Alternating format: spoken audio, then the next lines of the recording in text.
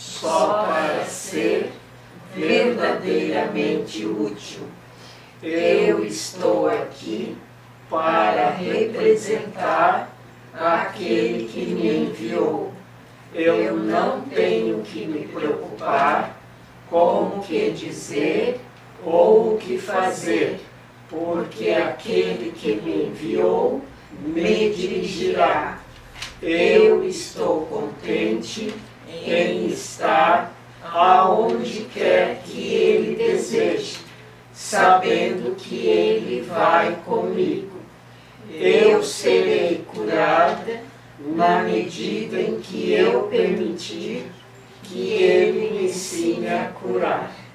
O corpo existe em um mundo que parece conter duas vozes, que lutam pela sua posse. Sendo essa a constelação que é percebida, o corpo é visto como capaz de deslocar a sua aliança de uma para a outra, fazendo com que tanto os conceitos da saúde quanto os da doença sejam significativos. O ego faz uma confusão fundamental entre meio e fim, como sempre faz. Considerando o corpo como um fim, o ego não tem utilidade real para ele, porque ele não é um fim. Tens que ter notado uma característica marcante de todos os objetivos que o ego tem aceito para si mesmo. Quando o alcançaste, ele não te satisfez. É por isso que o ego é forçado a se deslocar incessantemente de uma meta para outra, de forma que continues a esperar que ele ainda possa te oferecer alguma coisa. O ego, ele vai se deslocar de um ponto para o outro constantemente, porque nenhuma meta do ego satisfaz. Então essa nossa aliança com o ego, ela sempre vai estar baseada em alguma coisa que nós temos que alcançar. Quando a gente chega aqui nesse planeta, a gente quer, a nossa meta é a mamadeira, né? Depois a gente começa a querer outras coisas, né?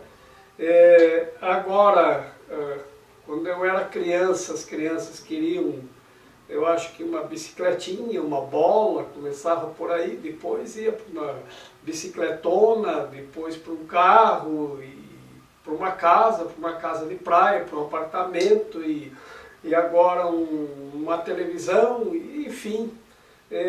Quando a gente alcança uma coisa, o ego quer outra.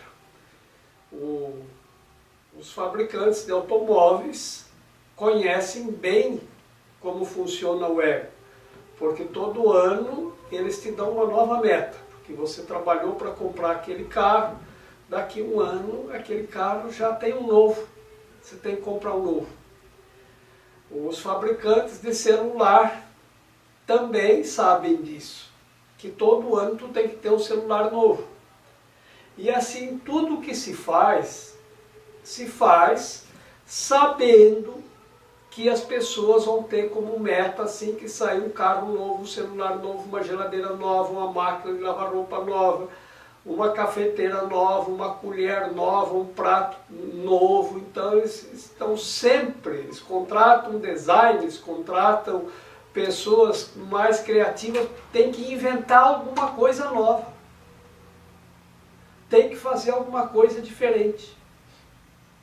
E o mundo é sempre assim. Por quê? Porque o mundo é conduzido pelo ego. E o ego sabe que se você estabilizar em alguma coisa, você deu. Porque nada disso me satisfaz, o que eu tenho não me satisfaz mais.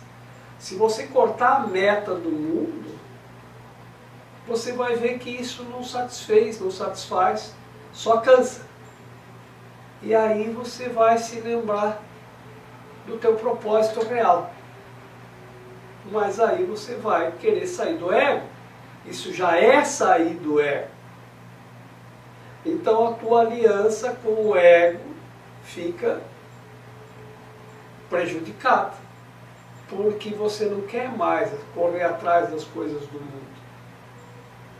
Então, isso não quer dizer, eu reafirmo, que você não possa ter o melhor celular, o melhor carro, e pode trocar todo ano. Mas não faça disso um fim. O carro é um meio para tua locomoção, não é um fim. Para você viver em função disso. Então, a casa é um meio de habitação, mas não é um fim. Então não viva em função disso. E como nenhuma meta do ego satisfaz, nem a casa, nem o carro, nem coisa nenhuma vai satisfazer. Sempre tem que estar fazendo alguma outra coisa. Sempre tem que ter uma atividade. Sempre tem que ter uma meta, alguma coisa para fazer. Então, por quê? Porque se você parar, você vai entrar naquele terreno do dar-se conta de que as metas do mundo não servem para nada. Porque sempre está tendo uma meta. Então ele diz, o corpo parece que está sendo disputado por duas vozes. Não é? E essas vozes, uma diz que você tem que cumprir a meta do mundo, e o espírito, na verdade, não disputa nada, né? Ele apenas te mostra uma outra possibilidade. E essa outra possibilidade é algo que você tem que estar sempre à tua disposição. Diante de qualquer coisa, o espírito é a outra possibilidade. Não importa o que aconteça, há um outro jeito, há uma outra possibilidade, há um outro caminho a seguir. Então, sempre haverá, sempre haverá. Os conceitos da saúde e da doença. Qualquer coisa funciona de forma saudável quando cumpre a sua função. O nosso corpo também. O nosso corpo também é uma coisa. Por quê? Porque em si ele não é nada. Ele é pó e água. Como todas as outras coisas que existem. Então tudo que é físico, todos os corpos físicos, animados ou inanimados, eles têm uma função. Se a gente não estiver, se o nosso corpo não estiver de acordo com a função, essa é a meta da doença. E esse é o conflito, porque a outra possibilidade é a saúde. E o que é a saúde? Funciona bem tudo que está funcionando de acordo com a função que lhe foi dada pelo seu Criador. Então, se o corpo tem a função de comunicar, isso que acontece no mundo não é comunicação. As metas do ego não tem nada a ver com comunicação. Então, qualquer coisa que se faça no mundo sem que isto esteja compreendido ou ativado,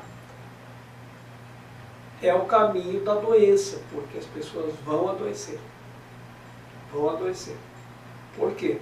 Porque estão fazendo as coisas fora da função. Mas o que é fazer fora da função? Então eu vou trabalhar de engenheiro. Isso está dentro da função do corpo ou está fora?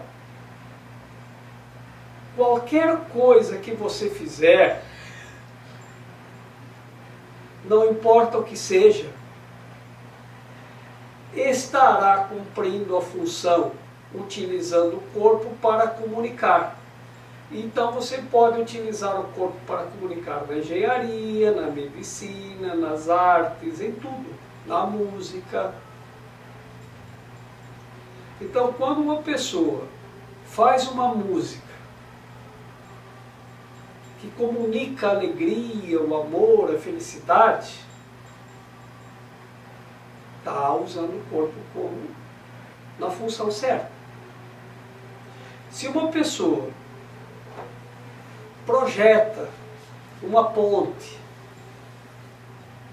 e quem olha para a ponte sente beleza naquilo que ali está, sente, porque tudo tem a mensagem que você impregna naquilo que tu faz. Então, se a mensagem lá na ponte, puxa vida, a pessoa que fez isso estava muito inspirada, só de olhar para essa ponte a gente sente assim, um estado assim, transcendental.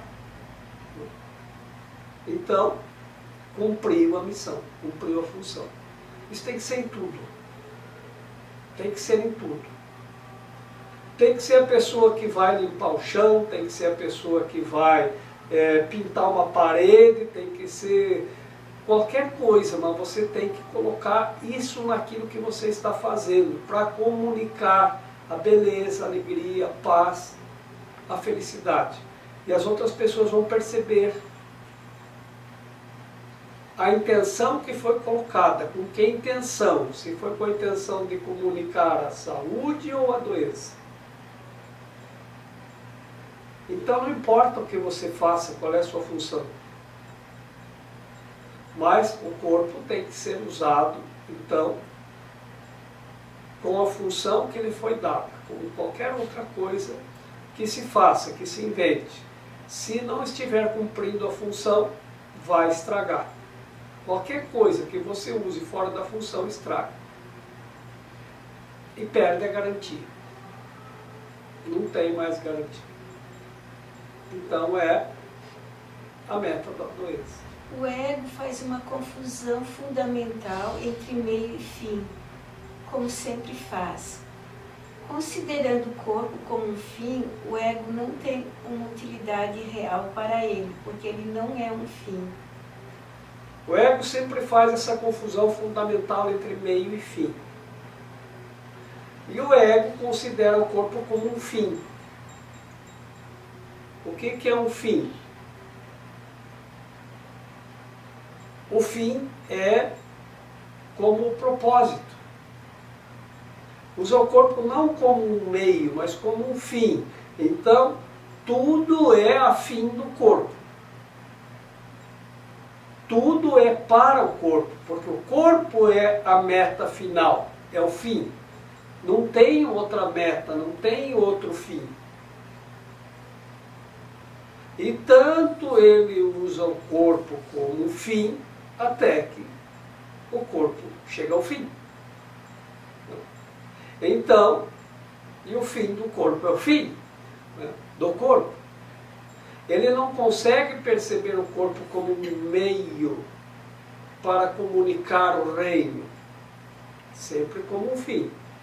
Então é em função de, esse como um fim quer dizer em função de, tudo em função de o corpo e tudo que o cerca.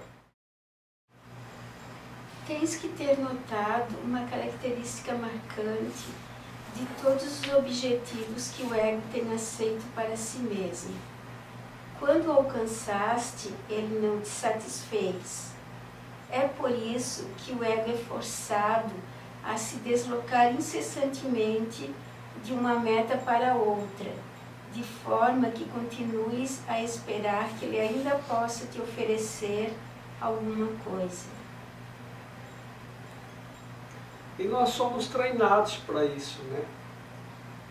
Quando a gente está desgostoso com alguma coisa, mostra outra. E mostra outra, e mostra outra, e olha isso aqui, e olha aquilo ali. Por quê? Porque tem que estar sempre em constante movimento para sempre estar te oferecendo outra coisa. Outra possibilidade para você ficar afim dela.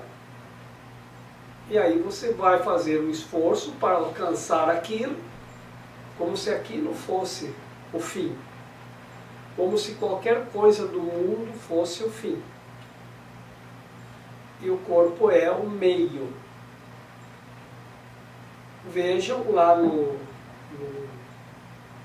início do livro, está colocado dessa forma, que o espírito é perfeito, como sempre foi e sempre será, a mente é o aprendiz, e o físico, que são os corpos animados e ou inanimados, o meio para o aprendizado, ou o instrumento do aprendizado.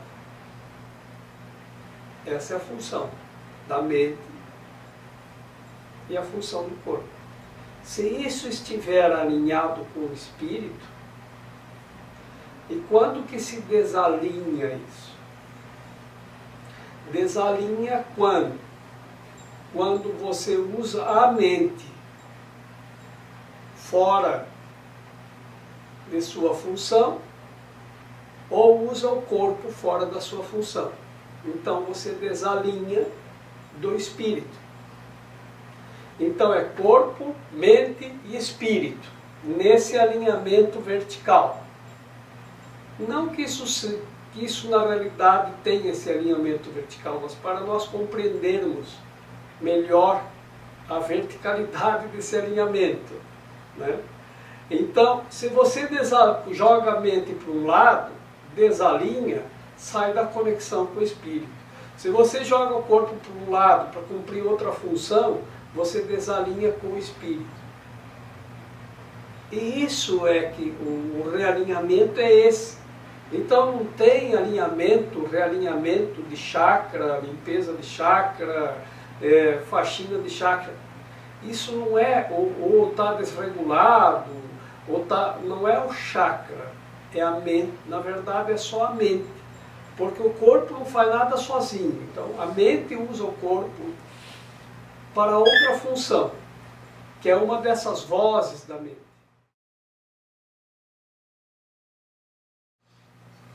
Então esse alinhamento do corpo, espírito com a mente é que é a saúde perfeita.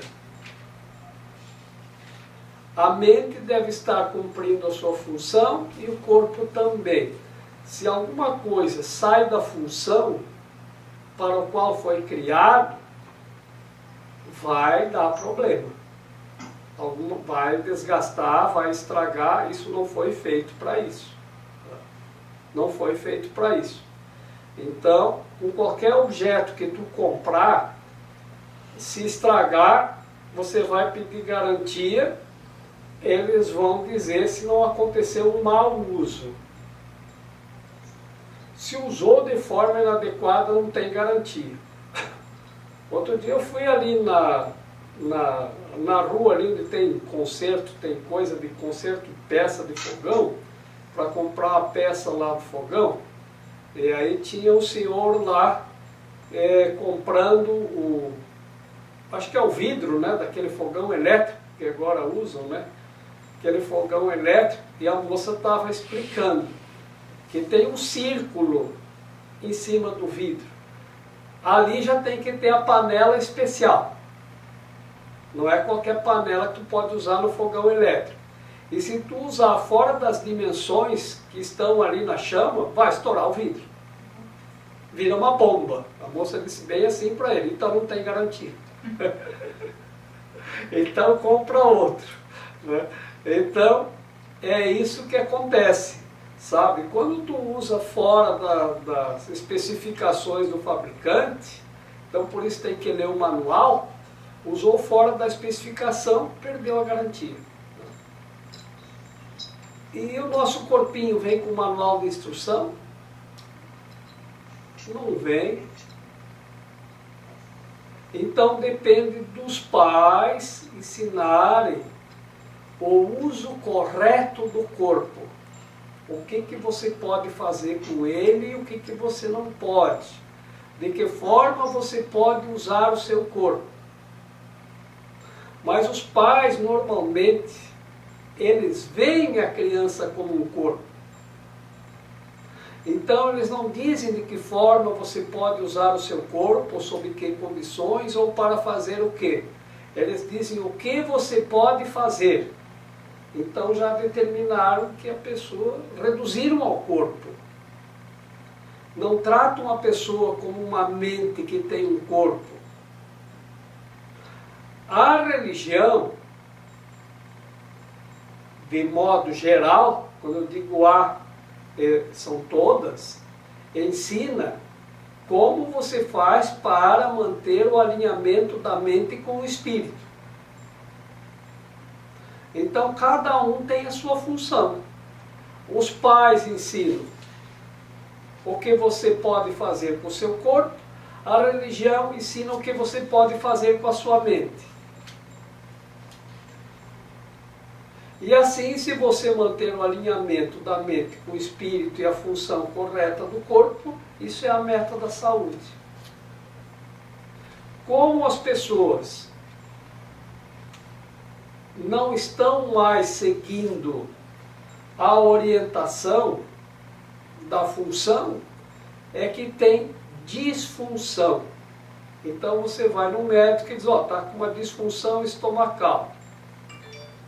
Comeu uma coisa que não está dentro da função do estômago fazer a digestão. Então tem uma disfunção. Disfunção é aquilo que está fora da função. Ele não funciona desse jeito. Então alguma coisa está errada, está usando ele de forma inadequada. E assim, com tudo que está acontecendo, sempre é resultado de uma disfunção. Ou seja, há um desalinhamento entre a função do corpo e da mente que foram determinadas para o corpo e a mente. E é aí que acontecem as doenças. Então, o realinhamento, isso ninguém pode fazer por você. E a gente sempre quer uma solução externa. Então, tem aqueles que se autodeclaram salvadores da pátria, né, e buscam uma solução externa para as questões internas. Não é uma crítica, mas o espírito usa tudo que acontece à nossa volta para o aprendizado. E aí vão em busca de uma solução externa. E eu me surpreendi, se vocês estão se dando conta do que eu estou falando, né, quando a solução externa disse que isso tem que ser resolvido internamente.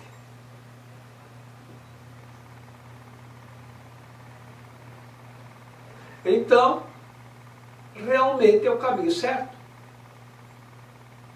Porque sempre que vem uma solução externa, a possibilidade de sofrimento e conflito é maior, com qualquer intervenção externa. Então a medicina chinesa, por exemplo, ela aceita uma cirurgia, mas em determinados casos específicos. Por quê? Porque a solução está na mente, não está no corpo, porque o corpo ele apenas manifesta a consequência do mau uso do corpo pela mente. Então vejam, lá no início do parágrafo ele diz, parece que o corpo está sendo disputado por duas vozes. Então a posse do corpo está sendo disputada pelo ego. Porque se você ouvir isso, você vai usar o corpo como fim e não como meio. E aí você desloca ele da função que ele deve ter. E isso é a doença. Acho que está frisando bastante aqui nesses últimos parágrafos é a gente ter foco, entender que a função do corpo é apartado do ego, né? A função do corpo é unicamente comunicar, né? E é isso que ele fica reforçando. E aí se a gente está No ego, a gente vai estar, no ego está fora das, não comunicar, né? O ego vai encontrar várias coisas no mundo para você se preocupar, para você mudar o teu foco. E é aí que gera toda a doença, né? Toda a doença da mente, porque aí você se confunde, aí você inverte as coisas e gera sofrimento. E se a gente não se identificar com o corpo, digamos assim, né? Mantiver o foco na comunicação, a coisa tende a encontrar o seu lugar. Não sei se acho que é isso que está dito aqui, né, Jorge? Tá perfeito. Tá perfeito. E tudo isso vem da decorrência, assim, da gente se identificar, como você disse, com o corpo, né? Então, porque a gente aprende isso. Que quando era criancinha, os adultos olhavam para mim e diziam, e aí? Era uma coisa que sempre me perguntavam, o que você quer ser quando crescer? Mas você quem? Quem que cresce? O corpo. Então, quando eu crescer, e aí a criança vai aprendendo a se identificar com o corpo. E nós temos um documento de identidade que nos identifica. E a foto que está lá tem que ser igual à foto do corpo. A impressão digital deve ser igual à impressão digital do corpo. E aí quando aquilo bate, eles dizem, você está identificado, é você mesmo. Então vejam como a identificação com o corpo é a coisa mais trabalhada no mundo. Que tudo é feito para você realmente se identificar com o corpo. Para você acreditar que é só o corpo. Aí fica difícil depois, se você tem essa coisa martelada na tua mente, o que você vai ser quando crescer. Ora, a mente não cresce. O que cresce é o corpo. Porque a mente é do tamanho que é igual. Não tem mente maior ou menor. O espírito também não. Então, o que cresce é o corpo. Então, o que você quer ser quando crescer? O que você quer fazer quando crescer? É tudo uma referência clara ao corpo. Só que quem se dá conta disso? Ninguém. Ou alguns poucos se dão conta de que isso é uma referência ao corpo, não à mente. E quando nós usamos isso, nós fortalecemos a identidade do corpo, a nossa identificação com o corpo, e agora sai. Diz agora, não, tu não é o corpo. Mas sempre me disseram, o que você vai ser quando crescer? Agora eu cresci. Eu quem? Eu é o corpo? Eu sou o corpo? Mas parece que é o que sempre me disseram. Então essa é a confusão agora. Porque você sedimentou lá que a identificação é com o corpo. E agora diz, não, você não é o corpo. Agora tira isso da tua programação, lá da tua crença, e diz que tu não é, mas que tu tem um corpo que serve como instrumento de aprendizado, cuja função é comunicar. Comunicar o reino em tudo que você utiliza o corpo para fazer. Então, se eu utilizo o corpo para fazer um objeto, eu tenho que, através desse objeto, comunicar. E tudo que é feito comunica. Então você faz um objeto, o que você quer comunicar? Se você faz um desenho, você quer comunicar alguma coisa. Você desenha um sol, você está comunicando alguma coisa. Mas se você foi treinado só para ver o corpo e não consegue transcender essa possibilidade de ver o corpo como instrumento de comunicação, então você só vai ver o desenho do sol. Aí você não vê a luz.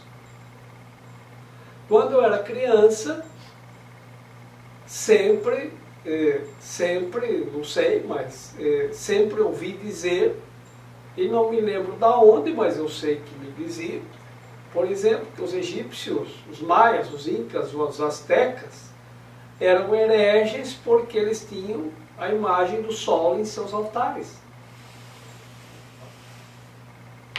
Então, o que se via lá? A imagem do sol em seus altares. Mas o que o sol, a imagem do sol comunica? Vai além da imagem que está ali no altar. Pensa um pouquinho, estende tua mente além da imagem física. Se Deus é luz, então o que a imagem do sol pode comunicar? Pode lembrar da luz de Deus e de Deus. E assim, tudo serve como instrumento de comunicação para levar uma mensagem. Na Índia tem uma imagem, que é a imagem de um homem com cabeça de elefante. Lá é normal isso. Aqui, eles já tiraram a imagem do corpo do homem, só deixam a cabeça do elefante das imagens que vêm para cá. Porque o homem com cabeça de elefante é uma coisa muito esquisita para nós. Mas só a cabeça do elefante não é, porque daí é a cabeça de um elefante. E lá eles chamam essa imagem de Ganesh. E dependendo de quem comunica o significado para ti, o significado pode variar, de acordo com o aprendizado daquele que comunica. Então as castas mais baixas vão ter uma compreensão, as castas dos sacerdotes ou as castas mais altas vão ter outra, porque eles já têm mais luz na mente, já aprenderam a transcender a imagem, para ver qual a mensagem que a imagem quer comunicar, qual a comunicação da imagem, o que ela comunica. Aqui se diz que o elefante é o deus Ganesh e que é o removedor de obstáculos, porque ele tem uma tromba, então ele vai com a tromba na frente, removendo todos os obstáculos. Se você comprar uma imagem dessa e botar em casa, seus problemas acabaram. Não vai ter obstáculo que resista à tromba do Ganesh, que é a cabeça do elefante. Se você busca transcender a imagem, você vai ver que não é Deus Ganesh, mas que é uma mensagem de Deus para você através da imagem de Ganesh, que alguém muito inspirado fez isto para comunicar. Foi lá, usou o corpo para esculpir a imagem da cabeça do elefante, de um homem com cabeça de elefante para comunicar. Mas o que ele quer comunicar com isso? Então, nas compreensões mais lúcidas ou que têm mais luz, é que o homem com cabeça de elefante representa a sabedoria, ou o homem sábio, porque sábio é aquele, e agora vamos abrir um parênteses, qual é a característica mais conhecida do elefante? Não esquece. A memória. O elefante nunca esquece. Então, sábio é aquele homem que nunca esquece a sua origem divina. Bom, agora eu quero um Ganesh lá em casa. Para todo dia eu passar por ele e dizer, opa, olha a mensagem aí. Agora ele vai ficar, aquela imagem vai comunicar essa mensagem constantemente. E quando eu ver a imagem do Sol, quando eu perceber a imagem do Sol, é isto que vai comunicar. Em Varanasi, na Índia, a antiga Benares, todos os dias, mais ou menos 3 da manhã, começa uma imensa procissão. É gente caminhando em direção ao rio Ganges. Mas é muita gente. Eles levantam às 3 da manhã, começa uma imensa procissão, vem gente de todo, e na Índia até o que não falta é gente. Então é muita gente para ver o sol nascer, para lembrar da luz de Deus e pedir a bênção de Deus para o seu dia. Porque a luz do sol lembra da luz de Deus, logo se lembra de pedir a bênção de Deus para o seu dia. E muitos, após isso, levam os alimentos que colheram para o dia, para o templo, para que o sacerdote abençoe, e lá eles deixam o dízimo dos alimentos, para que o sacerdote que se dedica a isto também possa se alimentar, para estar lá no outro dia, para também voltar a estender as bênçãos. Então tudo comunica o reino, tudo comunica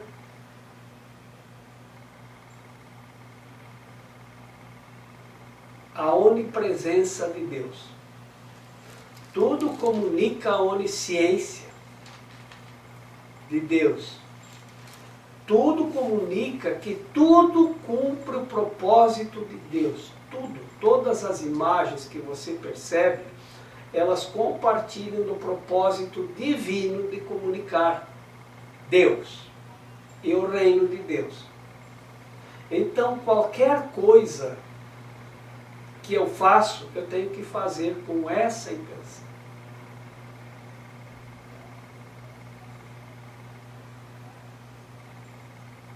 Então a comunicação com imagens é muito interessante. Muito interessante. Mas nós temos que usar as imagens para saber como é que estamos comunicando. No Antigo Egito não tinha letras e palavras. Toda a comunicação era por imagens. Eles escreviam com imagens nas paredes. Era tudo imagens. E a gente interpretava as imagens de acordo com a posição que elas estavam, para entender o que elas estavam fazendo.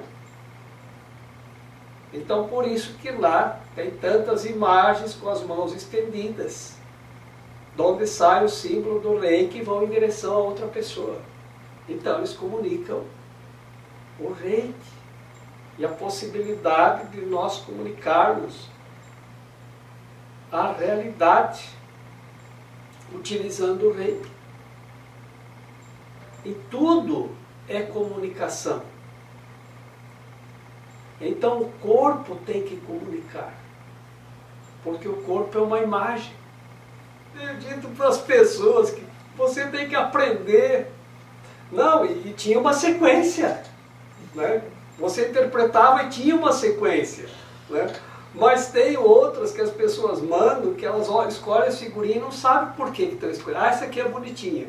Então elas mandam assim: mãos em forma de oração, depois mandam alguém chutando uma bola, depois mandam alguém não sei o quê. Eu digo, isso não dá para entender o que a pessoa quer dizer com isso. Porque então mandou uma imagem só, né? Mãos em forma de oração, mãos abençoando, né? Então você pode mandar, né? Imagem do sol, né? Sol com um sorriso, né? Sol com o olho piscando. Tudo isso ele fala o significado que quem criou deu. Então é bom quando vocês mandarem figurinha, vocês buscarem o significado, porque ele está na imagem. Deve ser, eu acho que se clica na imagem deve dizer. Não sei como é que faz. O meu celular ele fala. Ele já vai entregando tudo, né? Vai entregando significado. Então, eu não sei como é que funciona, mas deve ter uma função lá que você clica em cima e ele vai dizer o que a pessoa que inventou, que colocou aquela imagem, quis comunicar. Mas vocês veem então que tudo é comunicação. Então, ou você comunica o reino, ou não comunica nada. O resto é só confusão. Porque daí você vai para o ego, sai da função de comunicação e aí vira no conflito, na confusão. Então, há uma coisa que tem que ser compreendida aqui, que é muito importante. Você também tem uma imagem. E a tua imagem comunica o tempo inteiro.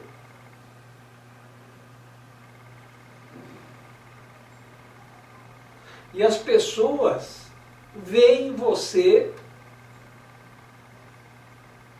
além da tua imagem. Embora às vezes o alcance seja ainda dentro das possibilidades relativas ao físico, mas você tem uma imagem. Então se você está se movendo muito e roendo unha, por exemplo, eles vão dizer, puxa vida, como essa pessoa é agitada, nervosa, está descontrolada, né? Se você está assim, né? numa expressão de que está tudo bem, que para ti não importa o que aconteça, você está assim, na paz. As pessoas vão ver isso. Nossa, essa pessoa parece estar numa paz.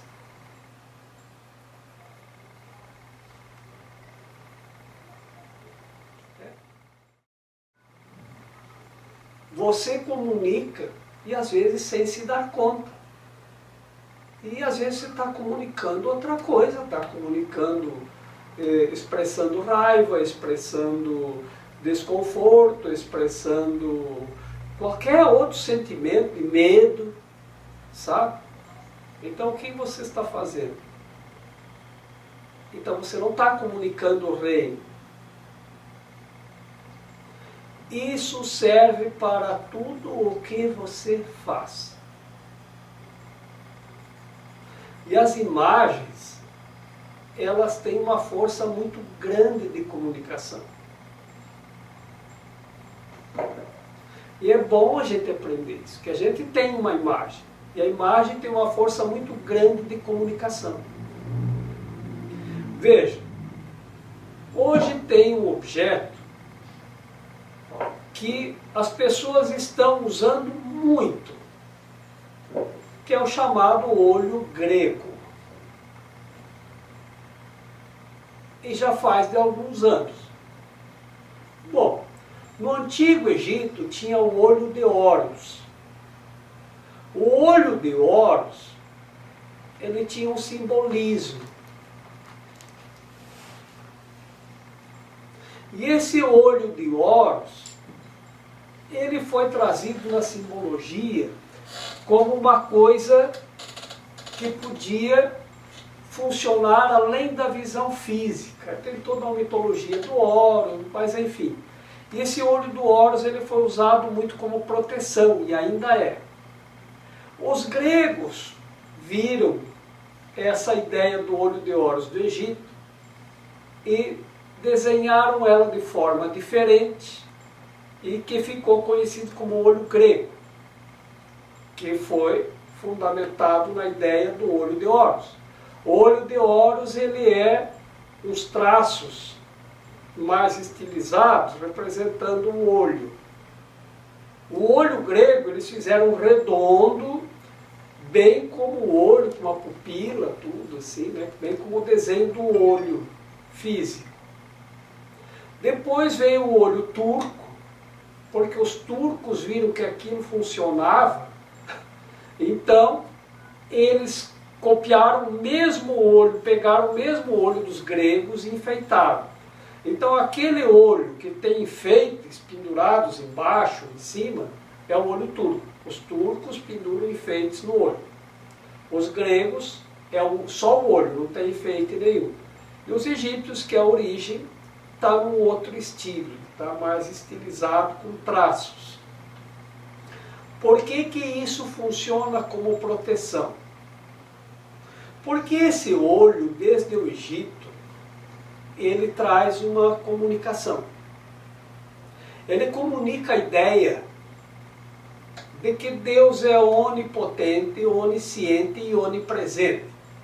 Então aquilo simboliza na ideia o olho de Deus. O olho que tudo vê. E aí, aquilo vem,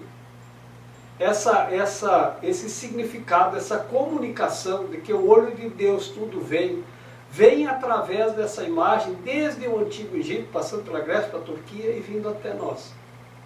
O que que acontece? Como é que você usa esse tal de olho, vou dizer o olho grego, então? Você pendura na porta. E aquilo vai proteger de alguma coisa. Como é que isso funciona? Funciona assim, que a pessoa quando olha para aquilo, lá na mente dele tem alguma coisa que faz ele lembrar dessa mensagem. Deus tudo vê, porque representa o olho que tudo vê. E aí a pessoa, se tinha uma má intenção, ela bloqueia a má intenção. Não, mas Deus está vendo. E isso funciona no nível inconsciente. Se você botar uma câmera de TV, isso funciona também. Alguém está vendo. Mas esse alguém que está vendo não me detém. Mas o olho de Deus que tudo vê transcende essa coisa física, porque a coisa física, a pessoa dá a volta por cima. Mas o olho que tudo vê tem uma força muito grande na mente das pessoas, porque faz a gente lembrar que Deus vê tudo. E ainda quando eu era criança, isso se dizia muito, que Deus é onipresente, onisciente e onipotente, que Ele vê tudo. E lá na igreja, que eu ouvia falar dos santos óleos, né? Que são os óleos que são usados nos sacramentos, do batismo, da comunhão, da crisma, enfim, em todos os sacramentos tem os óleos, na extrema unção, né? E são os santos óleos. E eu, quando ouvia falar isso, aquilo me deixava muito preocupado. Porque quando eu ouvia falar em santos óleos, eu não pensava em óleos essenciais. Que são aqueles óleos que hoje se usa muito em aromaterapia e também para determinadas terapias de cura, né, que usam os óleos essenciais. Né? Não, eu pensava que eram os óleos dos santos, que estavam vigiando-me em tudo aquilo que eu podia fazer de errado. Então isso me deixava muito preocupado, porque além do olho de Deus que tudo vê, ainda tinha os santos olhos, que deviam ser os olhos do santo. Eu entendia como olho, e não como óleo. O-L. Né? Vejam como acontece a comunicação em tudo que existe. Tudo que existe comunica alguma coisa. Ou confunde. Então, se a nossa função é comunicar, vejam, tudo que você faz tem o poder de comunicação. Então você pode comunicar o reino em tudo que você faz. Aí você pode mandar uma mensagem de WhatsApp, já que eu falei no sol, pega uma imagem do sol.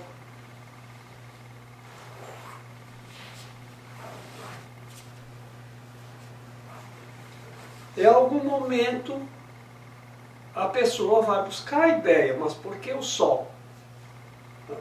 E o sol representa a luz de Deus. É assim. Então, de certa forma, você já está comunicando a luz de Deus.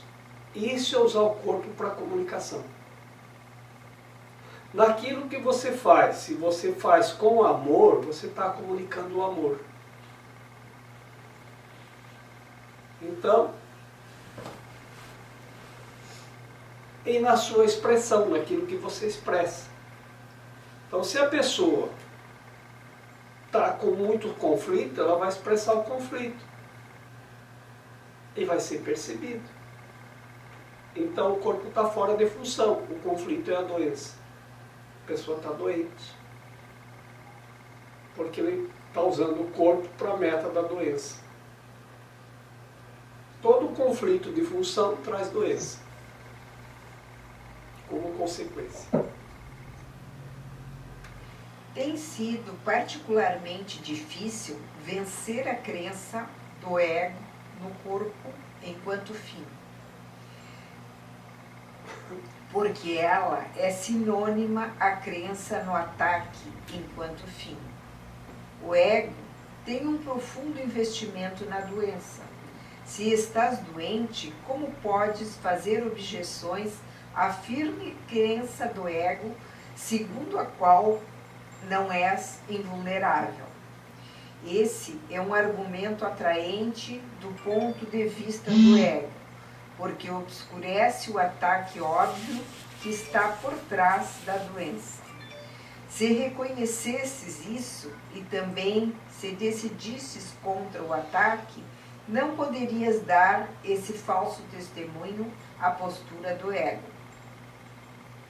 É o que vínhamos colocando, que a crença no corpo como fim, ela está muito fortalecida na gente. O que você vai ser quando crescer? Isso então, vê como isso vai ser difícil de vencer essa crença que está estabelecida. Porque nós estamos muito acreditando que o corpo é o fim. E qualquer coisa que nos ataque, nós temos que atacar. E que nós temos que atacar para defender ou para marcar posição. Então essa crença é que está fortalecida, e ela é fortalecida porque foi colocada a crença de que o corpo é o fim, e mais nada. Tudo diz aqui que nós somos invulneráveis. Mas o corpo não é. Se você acredita que é o corpo, essa ideia de que tu é invulnerável, ela termina quando o corpo adoece. E aí então, o ego tem um forte investimento na doença, porque a doença, uma vez que você acredita que é o corpo, estás identificado com o corpo, que você pensa que é o corpo e não sai além do corpo, então a doença ainda derrota mais ainda a possibilidade de você acreditar que você é vulnerável, porque ele mostra que não é. Mas o que não é invulnerável é o corpo, não você. Mas como você se vê como um corpo, então você derruba a crença e passa a acreditar que você é vulnerável a qualquer coisa. Atrás da doença sempre tem um ataque. Se você reconhecesse isso, não poderias dar esse falso testemunho. Ou se você também fosse contra essa mesma ideia, também não poderia dar esse falso testemunho. Qual é o falso testemunho? De que tu és vulnerável. É duro perceber a doença como um testemunho falso, porque não reconheces que ele está inteiramente à margem daquilo que tu queres. Esse testemunho, então, parece ser inocente e digno de confiança, porque não o examinaste com seriedade em todos os seus aspectos. Se o tivesses feito, não considerarias a doença um testemunho tão forte a favor dos pontos de vista do ego. Uma declaração mais honesta seria a de que aqueles que querem o ego estão dispostos a defendê-lo. Portanto, sua escolha de testemunhar deveria ser suspeita desde o início. O ego não apela para testemunhas que iriam discordar do seu caso, assim como também o Espírito Santo não o faz. Eu tenho dito que o julgamento é a função do Espírito Santo, função essa que ele está perfeitamente equiparado para cumprir.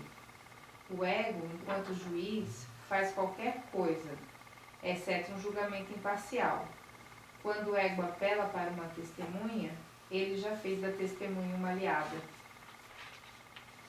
Quando uma pessoa vai no médico, muitos dizem para mim assim, que a pessoa chega lá e diz assim, ah, doutor, eu sou muito doente. Eles estão corrigindo, não, você não é, você está doente. Mas não diferencia muito. Porque você não é a doença, mas você é que está doente. Né? Então, na verdade, é ainda um testemunho da doença. Porque você está afirmando que ou você é ou você tem a doença. Né? Eu estou. Né? Se você está doente, você outra vez ainda continua confirmando a doença. Ainda está testemunhando a favor da doença, e esse testemunho é falso, porque você não é e não está doente. Né? Então, mas você confirma isso, que é o testemunho falso. Por quê? Porque você não pode, você não é doente, não pode estar doente. Isso é a crença na doença que te leva às atitudes do ego, atrás das quais sempre está o ataque. E é isso que nós temos que sempre considerar. Sempre tem um ataque atrás disso, contra si mesmo ou contra o que quer que seja. Tá? E um ataque contra si mesmo é você trabalhar fora da função. Você está atacando. Isso é um ataque. Tá? Qualquer coisa em disfunção está sob ataque, de alguma forma. Eu uso muito e constantemente o exemplo, lava prato dentro da máquina de lavar roupa. Isso é um ataque para a máquina de lavar roupa. E para os pratos também. Então isso causa destruição. A doença é uma forma de destruição. E é isso que está dizendo, que é a forma de ataque que está por trás da doença. Você ataca, de alguma forma, a função do teu corpo, desviando ela para outra coisa que não é da sua função. Alguém disse assim, que toda invenção é uma extensão do corpo. Então, o carro é uma extensão do corpo. Eu sempre vi o carro como uma extensão do corpo. Você estende o seu corpo quando você está dirigindo o carro.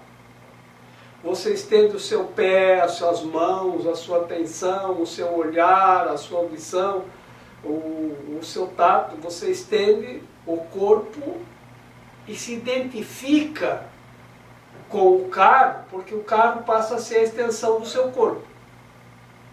E é claro que como nós acreditamos que somos o corpo, o carro é a extensão de mim mesmo. É a minha própria extensão, é a extensão de eu mesmo. Agora, quando o carro fica doente, que estraga, como é que você se sente? Impotente, fica com muita raiva. Passa mal. Você fica doente junto, porque o carro é a extensão do corpo. E aí você vai lá no mecânico, o mecânico diz, olha, sabe, Mesmo com tanto avanço da mecânica de automóveis, tem coisa que não tem jeito. Você tem que se conformar, tem que tentar se habituar a caminhar a pé.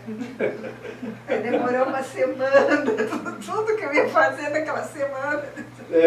Parece que sem o corpo não se faz nada, sem o carro não se faz nada. E é assim. E tudo é uma extensão do seu corpo. Né? Então a máquina de lavar roupa é uma extensão do seu corpo. Que antes era você que tinha que ficar lá esfregando. Né? Quando a gente vai na Índia, eu vou dizer, mas que não sirva para vocês como modelo. Tá?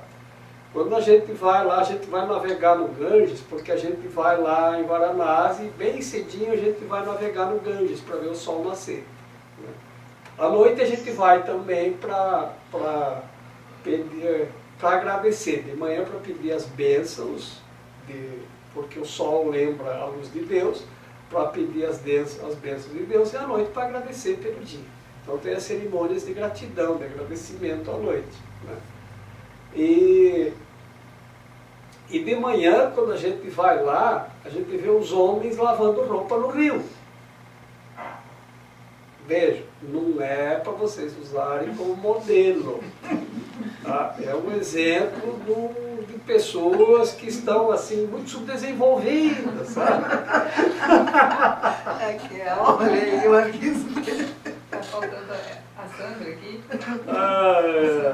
Então é assim. Tá? Tem um vídeo da Índia que aparece, mas eu sempre... Eu tapo com a mão a imagem lá. Isso não é para ver. Isso aqui não é um bom exemplo. Mas por falar nisso, vocês viram o que o Papa disse a respeito do feminismo? A mesma coisa que eu sempre tenho dito. Né? Por quê?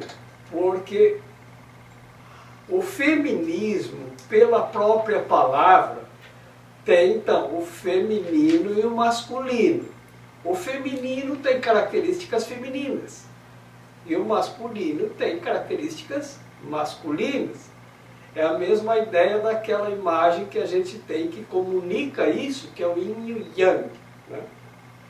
Então, o feminino, né, ele tem que desenvolver as características femininas, que são o quê? A suavidade, a delicadeza, a doçura, né? A paciência. E o masculino tem outras características, porque o masculino é aquele que vai em busca da caça para alimentar a família. Um exemplo mais original. Então ele tem que aprender a ir à luta, então ele tem que enfrentar as batalhas do dia a dia, né? Enfim, então ele desenvolve outras características. Aí, quando as pessoas vêm aqui com dificuldades de relacionamento, então eu coloco, e também quando a gente trabalha um curso em tarô, quando a gente trabalha essas questões, também a gente trabalha com isso, de que algumas dificuldades do relacionamento que as pessoas esqueceram a sua função. E aqui o que se diz? O que a gente está trabalhando? Que tudo aquilo que sai fora da função não funciona direito, não dá certo e vai para a meta da doença. Então, a mulher não sabe mais a sua função e o homem não sabe mais a sua função. Por quê? Porque esse tipo de feminismo que diz que a mulher tem que ter outra função que não a da mulher, porque a mulher não tem que ser doce coisa nenhuma, porque ela não tem que ser meiga, porque ela não tem que ser suave, porque ela tem que ser... Isso não é feminismo, isso é masculinismo. Porque você está querendo que a mulher seja masculina, e são as mulheres que estão equivocadamente, porque não se deram conta e buscando esse movimento.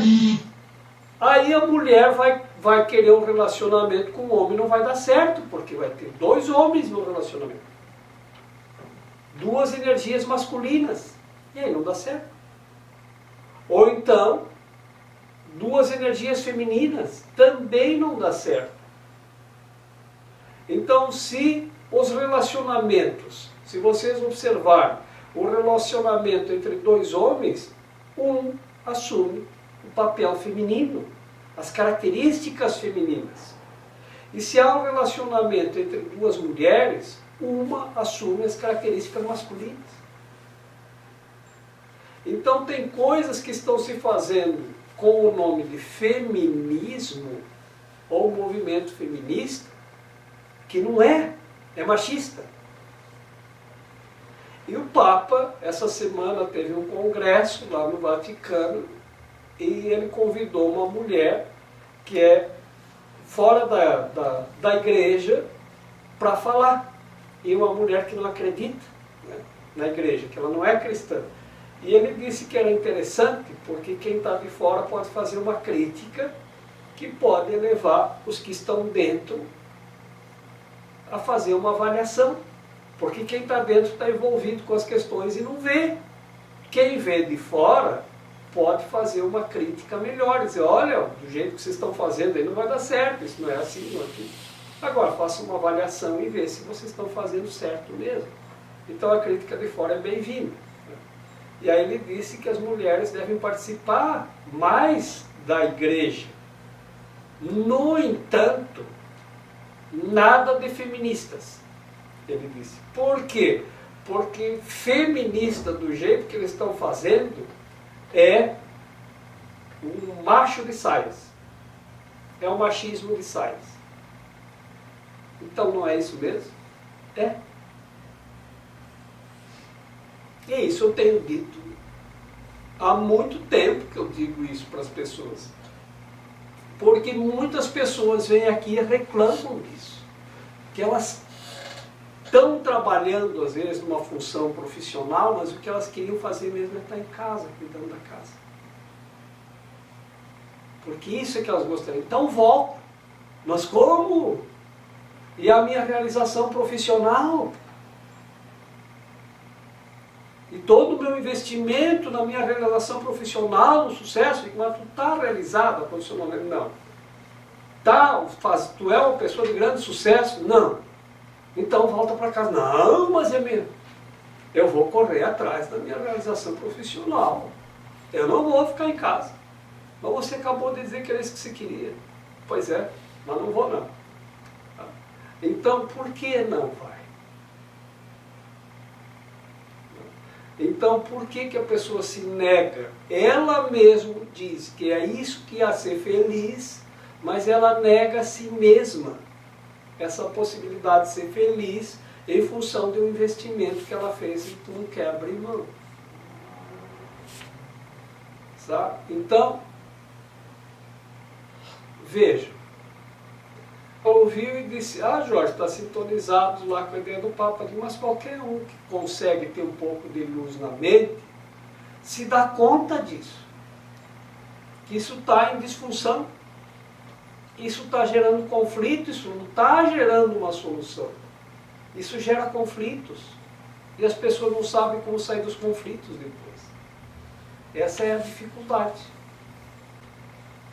Vejam o que é a disfunção. Vejam o que é o resultado lógico do investimento que tu faz em desacordo com a tua função.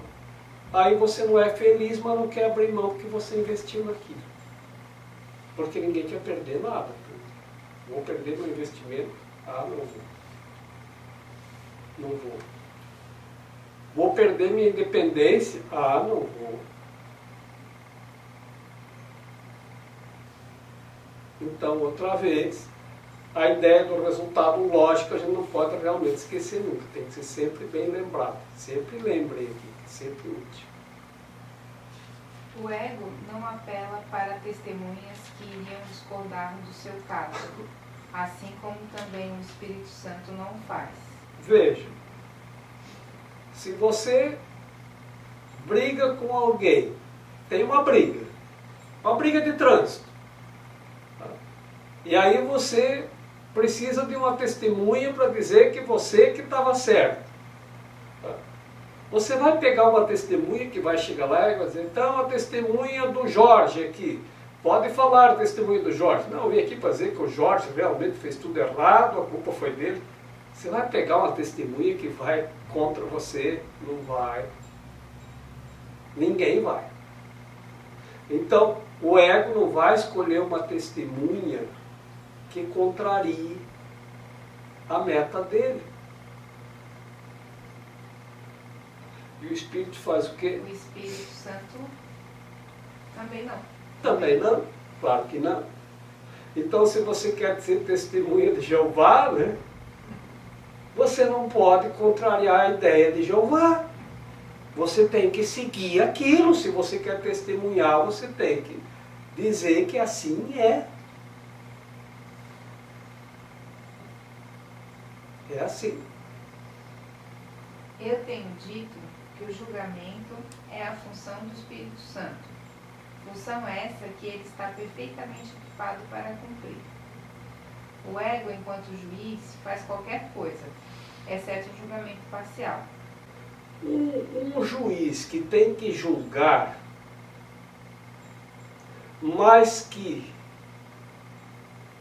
a crença pessoal dele vai contra o que ele está julgando, ou ele tem um envolvimento pessoal com alguém que está no corpo do julgamento, ele tem que se declarar impedido. Essa é a regra. Um médico que tem envolvimento com a pessoa que veio se tratar, igualmente tem que se considerar impedido. Por causa do seu envolvimento, ele não vai conseguir ser imparcial. Ele vai julgar equivocadamente.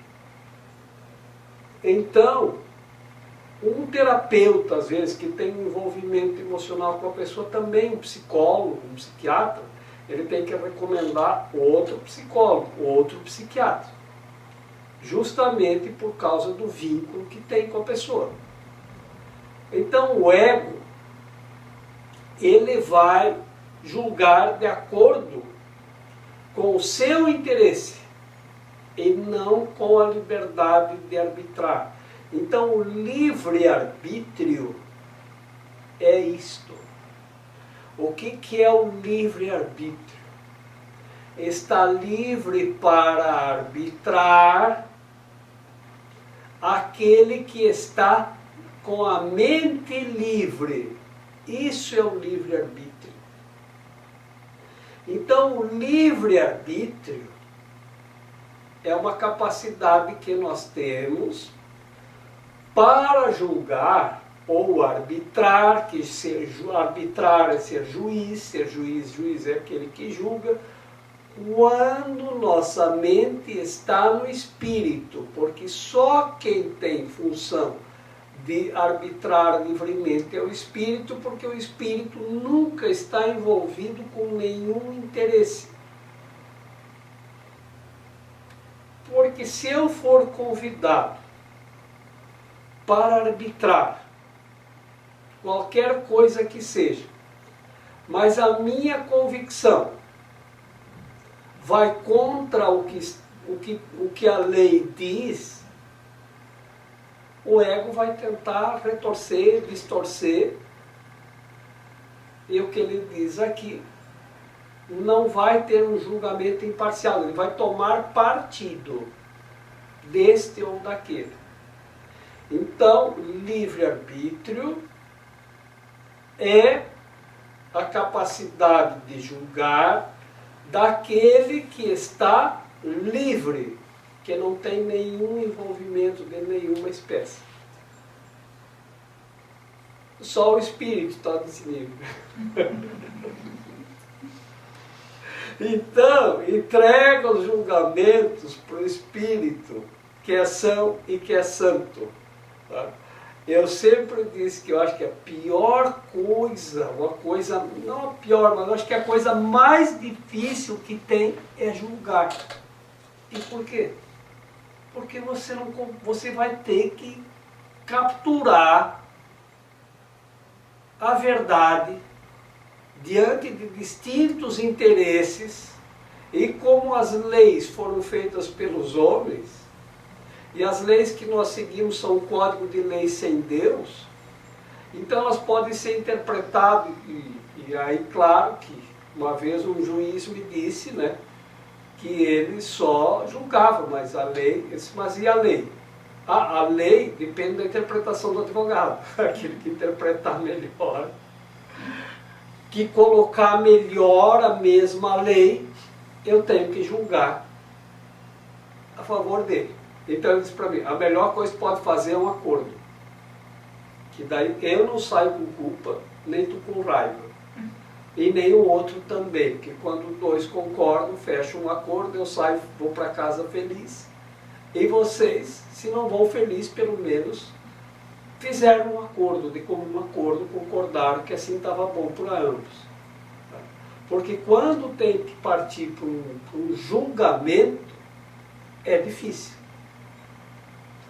É muito difícil nós termos que julgar qualquer coisa. A gente não tem a visão perfeita de tudo.